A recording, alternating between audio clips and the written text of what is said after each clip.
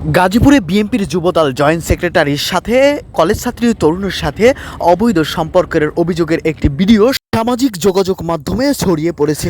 স্থানীয় সূত্রে জানা যায়, গেল কয়েকদিন যাবৎ তরুণীর সাথে অবৈধ সম্পর্কের রেশ ধরে তারা অভিযান চালায়। পরক্ষণে হাতে নাতে ঘরের ভিতরে তাদেরকে জব্দ করতে সক্ষম হয় এলাকাবাসী। ভোগী কলেজ ছাত্রী তরুণী জানিয়েছেন, কয়েকদিন যাবৎ তাকে কুপ্রস্তাব দিয়ে এসেছে, রাজি হওয়ার জন্য দিয়েছে নানা ভয়ভীতি। পরবর্তী সময় স্থানীয় প্রশাসন এবং পুলিশকে বিষয়টি নিশ্চিত করেছেন। পুলিশ আইনানুগ ব্যবস্থা নেবে বলেও জানা যায়। সূত্রে জানা যায়, ওই যুবদল নেতার স্ত্রী সন্তান সবই রয়েছে। তারপরে ছাত্রীকে কুপ্রস্তাব দেওয়ার পরবর্তী সময় এমন ঘটনা ঘটে। গতকাল বিকাল থেকে ছাত্রীকে নিয়ে ঘোরাফেরা করলে স্থানীয়দের সন্দেহ জাগে।